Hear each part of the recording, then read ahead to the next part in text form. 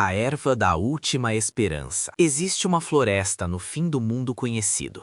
Não no sentido poético, no sentido literal. Os mapas param nela. Os viajantes que entram raramente voltam. E os que voltam não falam sobre o que viram. Apenas olham para o chão, apertam os lábios e mudam de assunto. Os moradores do reino de Valdrash chamam ela de a Boca Verde. Não porque seja bela, embora a seja, mas porque ela engole quem não foi convidado a entrar. E era justamente para lá que 4 aventureiros estavam sendo mandados. Não por escolha, por desespero. O rei Aldrich Stonehaven estava envelhecendo antes da hora. Não o rei, a filha dele. Mira Stonehaven tinha 17 anos, cabelos da cor do trigo maduro, e 3 semanas atrás acordou com manchas escuras cobrindo os braços. Em 2 dias, ela não conseguia mais andar. Em 1 semana, mal respirava sem tossir sangue. Os curandeiros reais esgotaram seus estoques. Os monges do templo de Selara, deusa da cura, rezaram até as velas acabarem.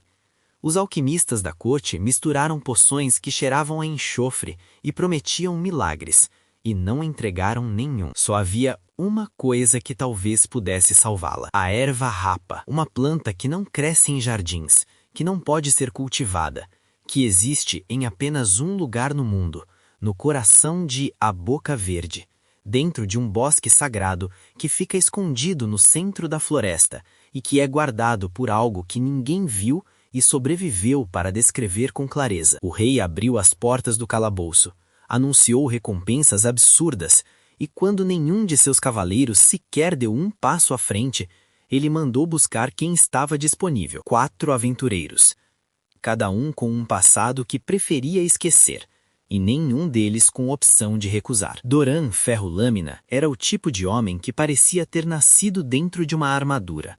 Alto, de ombros largos como uma porta de celeiro, com uma cicatriz que ia do queixo até a orelha esquerda, resultado de uma batalha que ele nunca contava direito. Era um guerreiro de escola antiga, escudo na mão esquerda, espada bastarda na direita, e zero tolerância para conversas longas.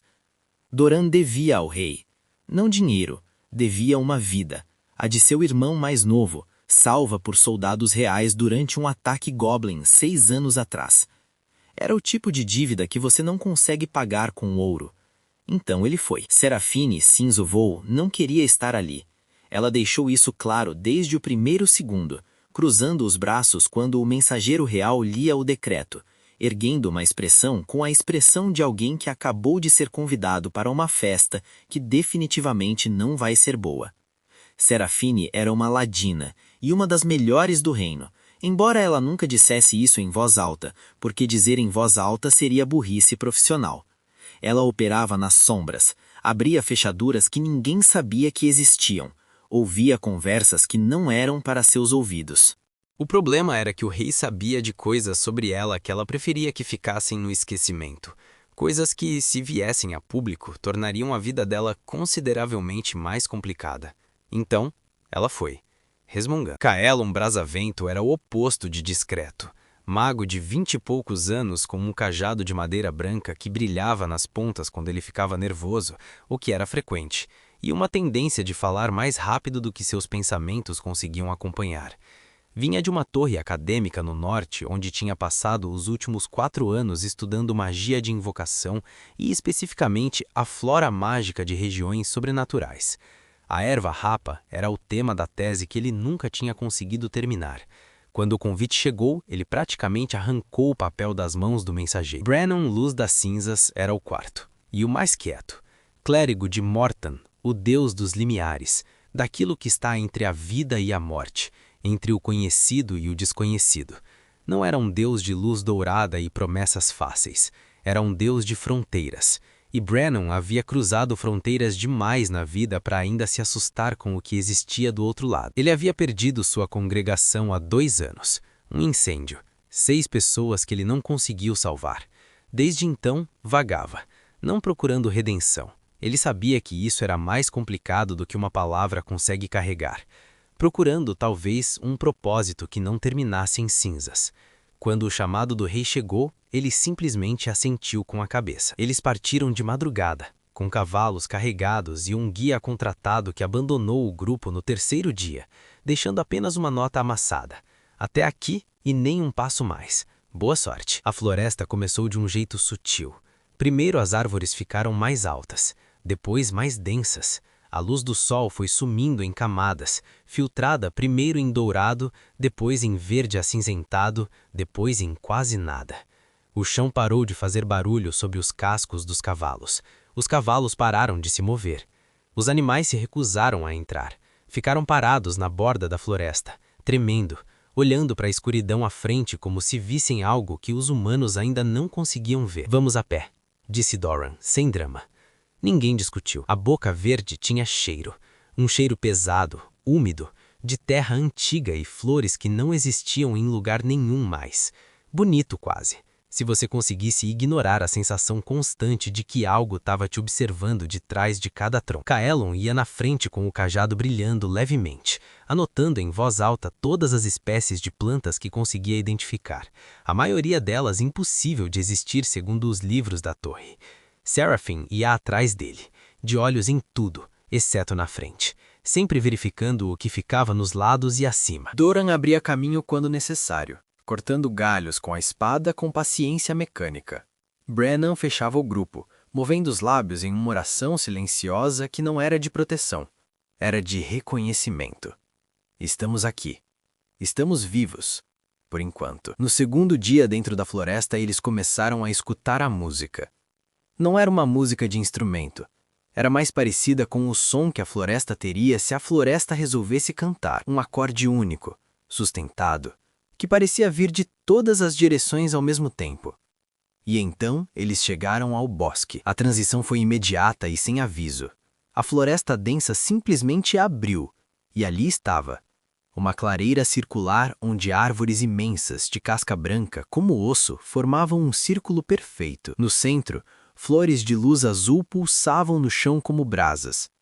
O ar era diferente ali, mais leve, mais limpo, e no centro de tudo, sentada sobre uma raiz como se fosse um trono, estava ela. Nenhum deles falou por quase 10 segundos. A dríade não tinha a forma estranha que os livros descreviam.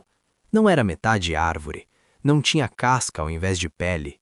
Era humanoide, alta, de pele esverdeada como folha nova na primavera, com cabelos que não eram cabelos. Eram cipós finos entrelaçados, carregando flores minúsculas brancas que brilhavam com luz própria. Os olhos eram âmbar profundo, quase dourados. Ela era, e não havia outra palavra para isso, a coisa mais bonita que qualquer um dos 4 tinha visto na vida. Doran olhou para ela por 3 segundos e desviou o olhar, incômodo com o próprio desconforto. Seraphine estreitou os olhos. Perigo, pensou automaticamente. Qualquer coisa bonita demais é perigo. Kaelon abriu a boca. Fechou. Abriu de novo. Eu estudei sobre você por 4 anos, quis dizer, mas as palavras não saíram. Brennan sentiu algo que não sentia há 2 anos. Um tremor no peito que não era medo. A dríade os olhou um por um com a calma de quem tem tempo demais para gastar. Mortais, ela disse, e a voz dela era como água sobre pedra. Vocês chegaram ao bosque de Silvara. Eu sou Silvara. E ninguém leva a erva rapa deste lugar sem provar que merece estar aqui. Que tipo de provas? Perguntou Doran, porque era quem perguntava essas coisas. 2, respondeu ela. Uma de força, uma de mente. Se passarem nas 2, o que buscam é de vocês. Silvara bateu uma mão no chão e o solo do bosque tremeu.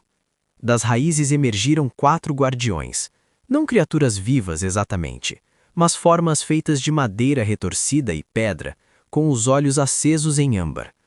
Cada um deles era do tamanho de um boi, e cada um se moveu em direção a um dos aventureiros com a lentidão calculada de algo que não tem pressa porque não pode ser impedido. A batalha começou. Doran entrou em modo de combate sem espaço para pensamento. Escudo erguido, espada em posição baixa, esperou o primeiro ataque do guardião com a paciência de quem já lutou contra coisas maiores do que ele. Quando o golpe veio, um braço de pedra que teria partido a maioria dos homens ao meio, ele desviou com o escudo, absorveu o impacto nas pernas, girou e acertou a articulação do cotovelo da criatura com a espada. Lascas de madeira voaram. O guardião cambaleou, mas não caiu. Seraphine não lutou contra o dela. Não era isso que ladinos faziam. Ela correu, escalou as raízes próximas, usou o ambiente como labirinto e deixou o guardião perseguindo uma sombra enquanto ela reposicionava. Mas o guardião era mais rápido do que parecia, e quando ele a alcançou, uma cabeçada que ela não previu, ela foi jogada contra um tronco com força suficiente para tirar o ar dos pulmões. Kylon invocou fogo. Seu cajado brilhou branco, e chamas azuis espiralizaram em direção ao guardião à sua frente e passaram direto por ele, sem efeito. A criatura era de madeira viva, antiga demais para queimar.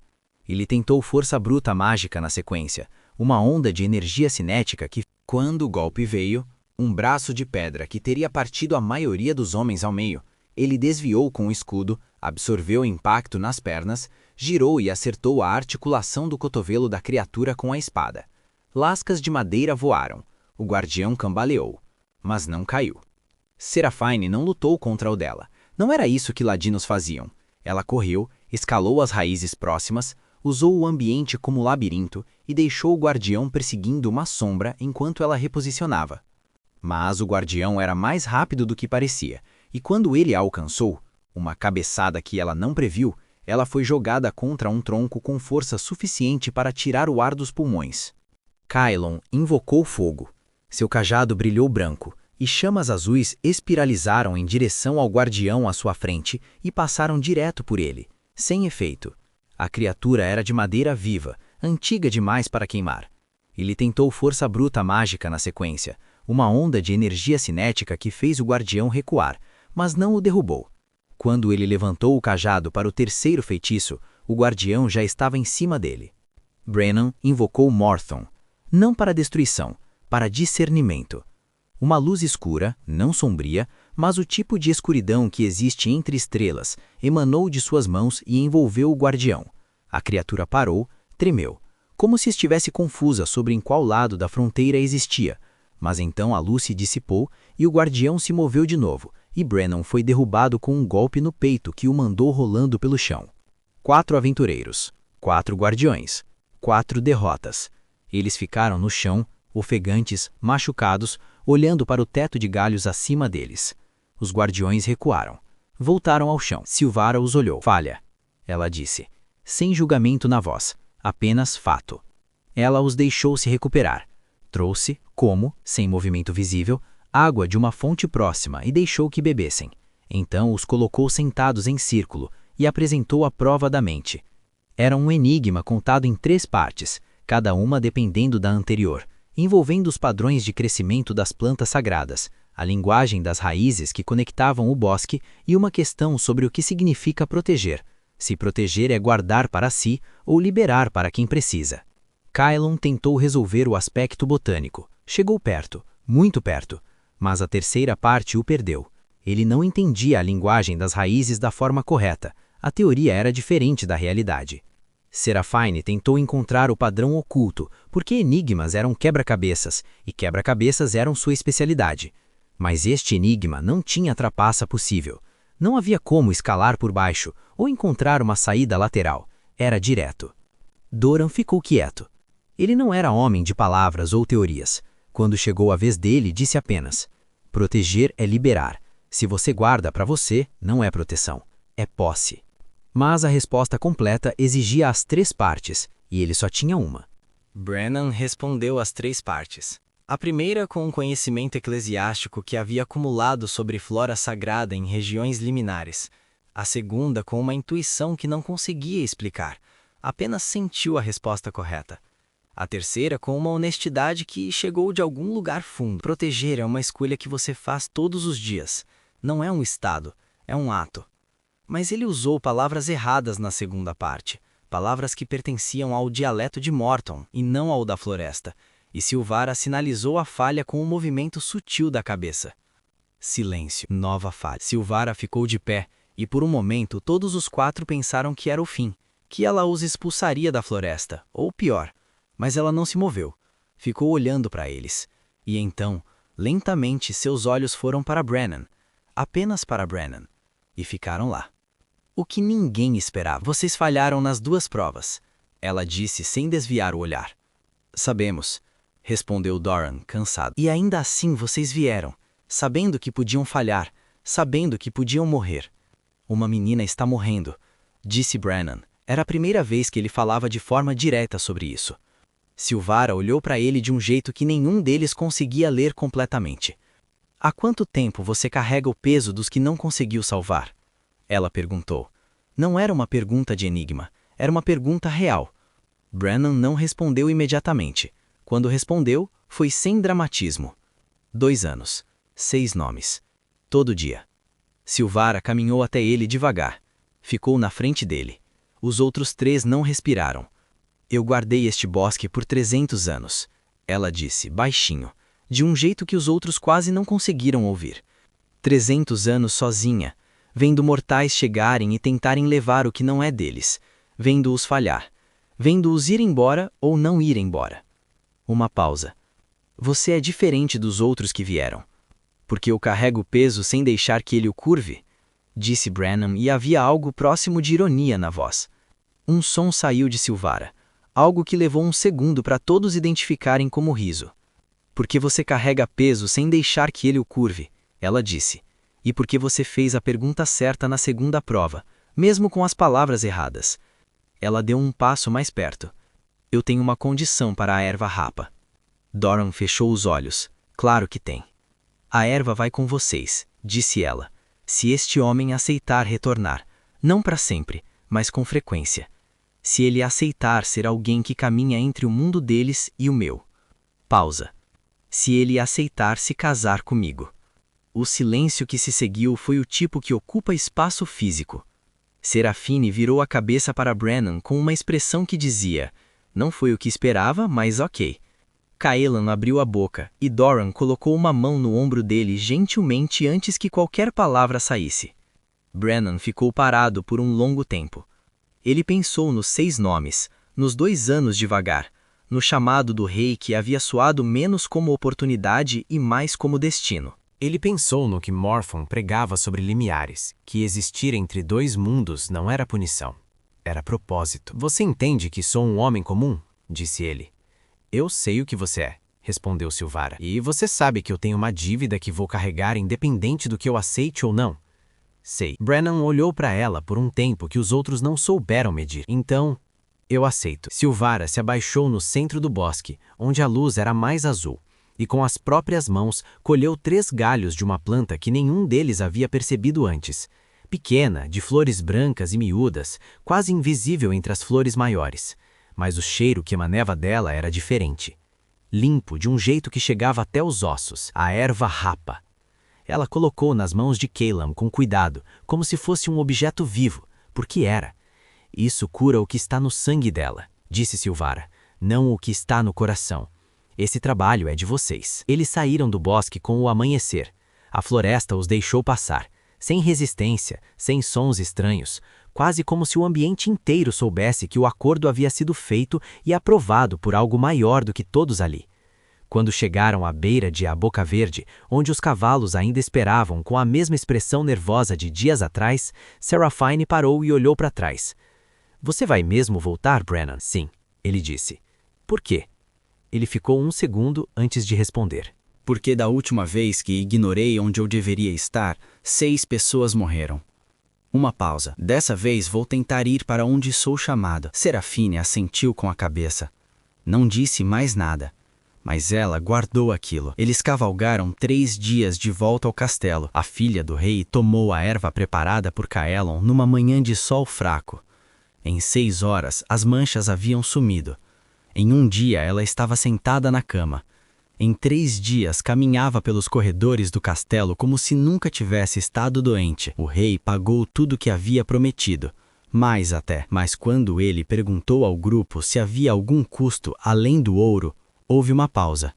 Brennan disse, sim, mas já foi pago. E o rei, sábio o suficiente para saber quando não fazer mais perguntas, apenas assentiu. Essa noite, enquanto os outros festejavam na grande sala do castelo com o vinho que o rei havia mandado abrir, Brennan ficou na janela do quarto que lhe tinham dado, olhando na direção onde ele sabia que a floresta estava, longe demais para ver, mas presente o suficiente para sentir. Ele não sentia que havia sido capturado. Sentia que havia chegado a algum lugar, o que era para ele coisa rara. Lá no bosque, entre as árvores de casca branca e as flores de luz azul, Silvara colocou a mão no centro do bosque e sentiu o pulso da floresta. Vivo, firme, sem interrupção. 300 anos sozinha. Um mortal havia dito sim. Ela não sabia direito o que era aquele sentimento no peito, mas era novo e era bom. E a floresta, ao redor dela, cantou. Se você quer acompanhar a próxima aventura desse grupo, inscreve-se no canal.